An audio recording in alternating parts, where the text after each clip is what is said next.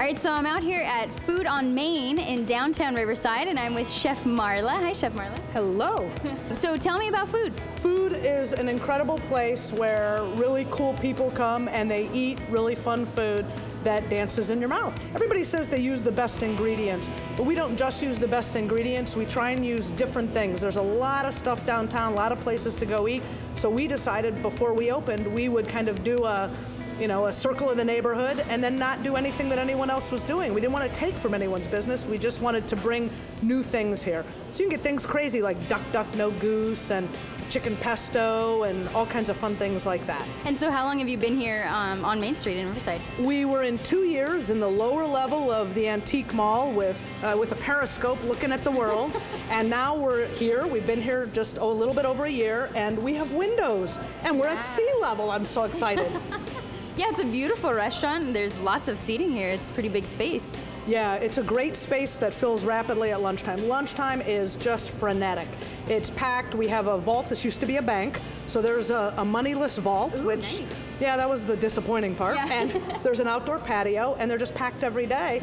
Nighttime is different. Nighttime, all the lunch periphery is gone, and out come candle lamps and, well, a little bit of foo-foo, and we do a dinner menu that's completely different than the lunch. Honestly, we're here on recommendation, and several recommendations. You gotta go check out Phood, you gotta check it out.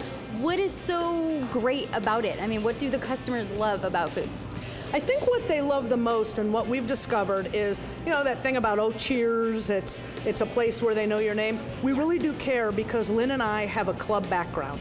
In a club background, the members are the same people coming all the time, and you don't say no. Most people go to a restaurant, and right on the menu it'll say no substitutions, no this, no that. We don't say no. We say yes to everything. Tell me about these, Marla. Well, we make them all ourselves. We just have always been known for desserts, and we make them. We have our own chocolate tempering machine, and we do all kinds of different things. We try to appeal to different groups of people. I'm not kidding you, they all look so delicious. The Bliss Cake is, it's a sour cream coffee cake batter, but we just don't put in nuts and brown sugar and everything.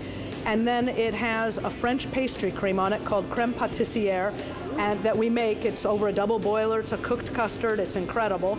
And then macerated fruit on top, fresh fruits. Wow, that just looks fantastic. And you said most of your customers come here during lunchtime. Is that just downtown business people, or? I think it was, but we were recently in Westway's AAA magazine as a destination to go to, and oh my gosh, we were on an NBC early morning show at 7:30 one day, and I came back here to do a wedding cake at 10. People were knocking on the door. Why aren't you open for lunch? They're here at 10:30 in the morning from Covina. Well, we came all the way from Gardena. We came from San Dimas. I'm like, where's San Dimas? So I'm not a Californian, so they were telling me and I think I was supposed to think that was, oh, it's so far away here. Yeah. So what do you think I did that day? I was handing red velvet cupcakes out the back door at the people who were mad we weren't open for lunch. Saturdays we're only open for dinner because in the day we do a lot of wedding cakes and catering. Oh, yeah. And downtown's a little more quiet because all the office people are gone. Okay, so you're taking me back into the kitchen? Yeah, this is the part that the customers can't see. Ooh, we get behind the scenes. I love that part. Yeah. When we were at the other location for 2 years and we were in the basement, there was no hood system because it was in the basement, so there was no way to vent it out. So what we had in the other restaurant, we had 2 induction burners. It works on magnetic field. They're 1,800 watts. That's like a household hairdryer. Yeah. 1,800 watts. I mean, it would take hours to boil water. If we were making pasta salad, 4-hour endeavor. I mean, it was ridiculous. Let me make potato salad. We can at least bake the potatoes in the oven. Yeah. So when we came here, I brought a bunch of equipment from Indiana, across country, in a Penske truck. We had all this equipment come, and it was in storage for 2 years. Now, if you look, I have 12 burners here, and on the other side I have 6. I have 18 burners. And he's making potato nests. Well, tell him what you're making. This is a potato nest, and it's going to be mashed potatoes inside, and that's going to be the starch for the day. Wow. for dinner. Yes. It looks delicious. Thank you. Appreciate it. What is your favorite dish? I want to know. I mean, it seems like there's so many options out here. I'm a mood eater, total mood eater. So it depends on my mood. There's times that all I want is the chicken pesto. For a while, I was on a Greek salad kick. Greek salad with chicken on top. The flatbread, oh my gosh. At night, the pepperoni. We have like an apple and brie flatbread. I just make it with pepperoni and cheese and marinara. It just depends. The duck is incredible, but it's really rich, so I can't eat it a lot. With as many customers as you have in here, there's got to be like a favorite dish with the general public out here. What do you think customers come in here for that they have to have?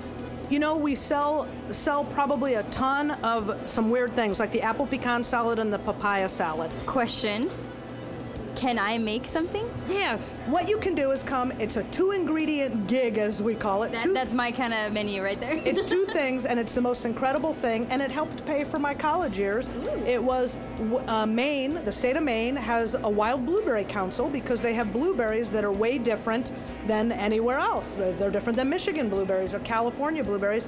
And back in the day, I entered a contest for the Maine Wild Blueberry Competition, and they had like category winners all over the United States, and I was one of them, and won a little bit of money, and it was a blueberry cluster. 2 ingredients, chocolate and blueberries. Let's go make them. Woo, let's go. This is kind of a theory, just like breading chicken or anything, as long as you keep in your mind, one hand wet, one hand dry.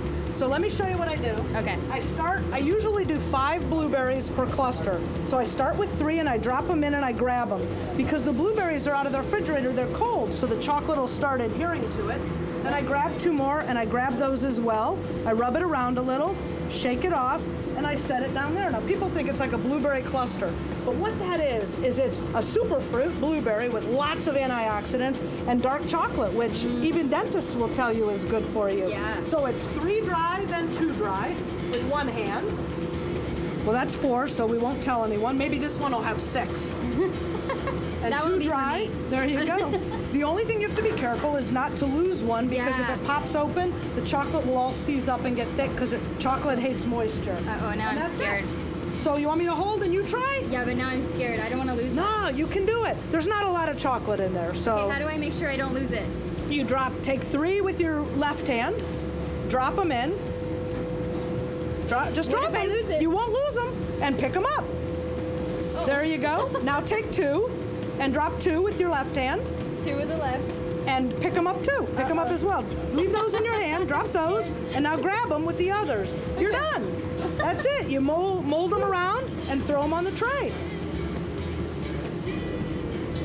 I got it. Woohoo! That's perfect. All right, Marla, this is so great. I mean, I had no idea that Phood was here. I don't live in Riverside, but so many people talk about your restaurant, and it's great to know that it's right here in the Inland Empire. Thank you so much for having us out. Well, thank you for wanting to come out. We appreciate it. And let me do these blueberry clusters, right? Yeah, get on that. We need to fill that case. All right.